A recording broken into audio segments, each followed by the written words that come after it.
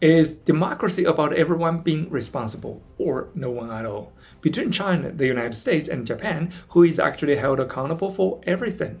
The people themselves or the government? First, something you might not expect: whether life in China is good or bad, both domestically and internationally, the CPC is constantly criticized. But why? Because everyone assumes the CPC is ultimately responsible, including Western media. Chinese people criticize the CPC for the same reason. In the Chinese atheist's worldview, reality is material and physical. Social problems don't solve themselves, and someone must be held accountable. Whoever governs is responsible for that. Objectively, the ruling party is not God, is not all-powerful, but critics aren't either, right? Still, someone must bear responsibility, so criticism naturally targets those in charge. Chinese people don't believe that God will come down to solve real-world problems. They accept a basic fact: as long as humanity exists, new problems will continue to arise and must be solved by humans themselves. That means the CPC will always be criticized. But being criticized is, in a way, a form of expectation, right? It doesn't necessarily mean opposition. If it were true opposition, it would lead to revolution. That's a different matter entirely. Maybe that's why counter-revolution was failed in China, funded by CIA in the past. For example, in times of severe drought in ancient China, people held the emperor accountable. You might ask, is it really the emperor's fault if it doesn't rain? Well, in the Chinese values, yes, it is. With a drought or flood, no matter it's good or bad, the emperor bears praises or responsibilities. The emperor was called the son of heaven, and as such was expected to be responsible for everything under heaven. Today, there is no emperor anymore in China, so accountability is directed toward the CPC. Take earthquakes. These are natural disasters, right? But people will still ask, was early warning sufficient? Were building standards adequate? Why were there casualties? Was disaster relief timely? How can future damage be reduced? There must always be someone held accountable for that. A real physical social problem is like a mountain in China. It has to rest on a concrete, identifiable entity. For instance, in China's construction system, responsibility is clearly assigned across multiple levels. At least 5: project directors, designers, constructionists, supervisors, and inspectors. All of these roles carry lifelong accountability. If a building collapses and causes serious consequences, even retired individuals can be held responsible, maybe sentenced to death or go to prison. Investigations can go back up to 100 years. If the responsible person has already died, even their posthumous honors can be revoked. Chinese culture does not accept the idea of simply escaping disaster, like Noah's Ark. When there is a flood, you deal with the flood, like Yu the Great did 3,000 years ago. When there is a pandemic, you fight it, like during COVID-19 a few years ago. When defense is needed, you build the Great Wall, constructed over 2,000 years. That's okay. Facing problems directly is painful, but it is necessary for survival. Japan represents another extreme, but why again? Because it is a relatively small and resource-limited country, like they entirely depend on imported oil. They can identify problems and want to solve them, of course, but sometimes lack the capacity to do so. So what happens?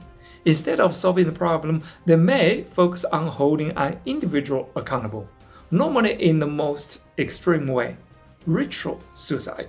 In other words, someone is made to take responsibility, even if the problem itself remains unsolved.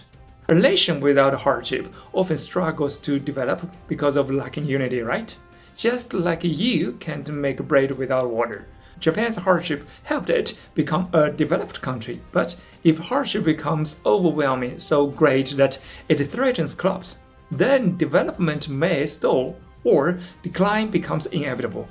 As an island nation with limited resources and frequent natural disasters, Japan faces structural constraints. Over long historical cycles, those who were willing to take responsibility sometimes eliminated themselves, leaving behind a different social dynamic. This may be one of the factors behind Japan's 30 years of economic stagnation. In China, governments must deal with real material problems. Even the gut must serve the people. Otherwise, it loses mandate. The same applies to the CPC. If it fails to serve the people, it risks losing its legitimacy. People in Europe and the United States are no different. They also face many social problems, right? But today, there is a trend toward diffused or unclear responsibility. After World War II, living standards improved dramatically, led to complacency and declining competitiveness.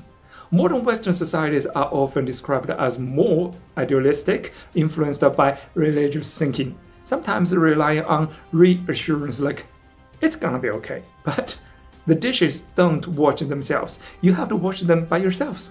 Reality requires action. At times, immigration has been used as a solution to wash the dishes. But over time, this raises new questions. If those doing the work become part of society, why should they remain permanently subordinate, right? From a Chinese perspective, when Western politicians resign, we see it as a form of avoiding responsibility. If a problem cannot be solved, removing the person associated with it may create the illusion that the problem itself has been solved. Across 5,000 years of Chinese history, dynasties rose and fell largely because they failed to resolve issues of livelihood and power distribution. When capable and responsible leadership disappeared, the system was often violently reset and a new order established. In contrast, in modern electoral systems, those who win elections gain power and resources, but may not face serious consequences if they perform poorly, like George W. Bush or Donald Trump. Those who lose face no cost either. For example, the Epstein scandals put no one in jail in accountability at the highest levels in the West. This raises questions about how responsibility is enforced. Universal elections can be interpreted as everyone being responsible, right? And therefore, no one being fully responsible. It's like buying a machine nationwide. If it breaks, responsibility is diffused nationwide too. So let's looking ahead. If China becomes the world's largest economy, what would happen? It will face new challenges, of course. One of them is the need for strong, systemic peer competitors. As Mencius observed over 2,000 years ago, a state without internal critics and external rivals is bound to perish. Look at the declining of the United States now after losing a major competitor, the Soviet Union, right? Internal weaknesses are killing the American empire.